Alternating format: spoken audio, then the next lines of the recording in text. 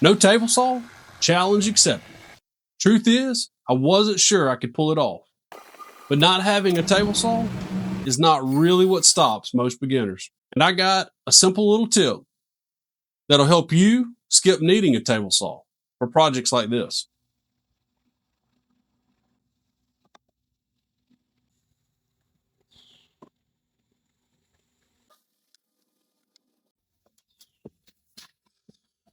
So what I'm doing is I'm making some mistakes here, but I just want to make sure that my order of operations is correct. I can drill all of the pilot holes, but as far as putting it together, I need to make sure that I get the direction of the pilot holes correct and then put it together in the correct order. So, or I'll have to take it apart.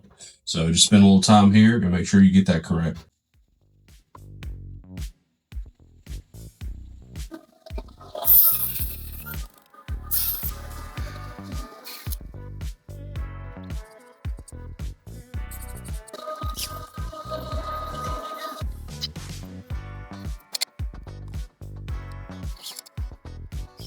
My youngest daughter found this idea online, and she knows I'm always looking for things to build. So she sent it to me. And of course, she asked me to build her one. Simple layout, 9 compartments, at least that is the plan. It's a good size for her wall. And on paper, well, it looks easy enough. But we'll see if it stays easy enough once that sawdust starts to fly. But this isn't the first time I've built one of these for my girls. The first one, well, it didn't make it. Fire was involved, but that is its own story. So let's see if this goes better than the last time. This is my shed. It ain't much of a shop, but it is mine. If you've watched any of my videos, then you know I have a table saw. But I'm choosing to build this without it. I'll be making all of my cuts with my trusty jigsaw. If you don't have a table saw, adjust your sizing to nominal lumber widths. Like everything in this is 1x4. Cross cuts, cutting across the length. You can do that at any size with your jigsaw and a framing square as a guide. It's rip cuts, cutting along the length, that are hard to control.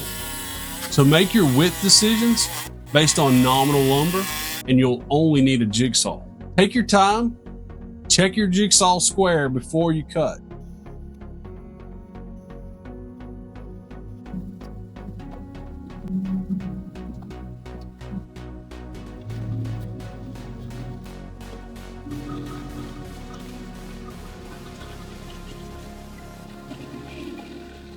There it is, cut without a table saw. So it can be done. We're trying to remove excuses one cut at a time, but I wasn't sure we could keep the cuts clean. I guess the proof will be in the finished shelf. If this is the kind of thing that you're trying to figure out yourself, go ahead and hit that subscribe button. More builds like this are coming. 9 compartments means lots of individual joints, lots of cuts to keep square with a jigsaw, lots of screws with plugs. I couldn't count on all of them going smoothly. And I'll show you how to make those plugs disappear once we get to assembly.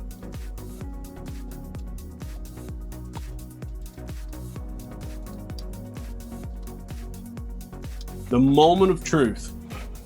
Clamps, glue, screws. But what will we do with these screw holes?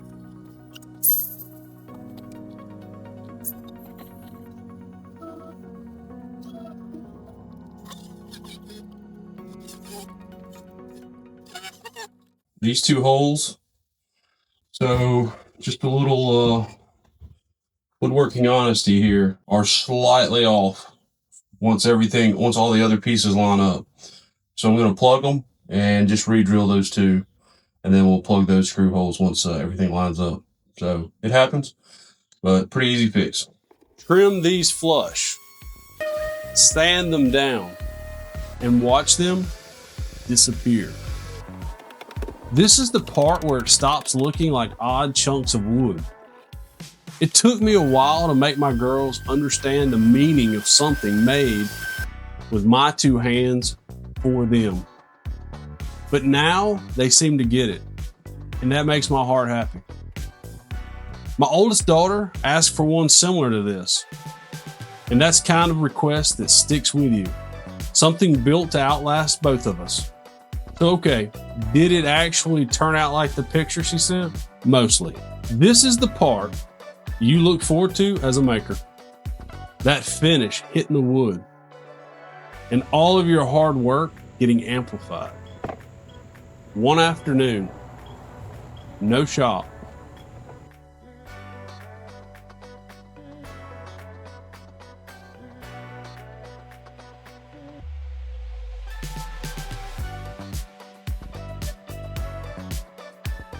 And there's proof you can do this too, as long as you're willing to try.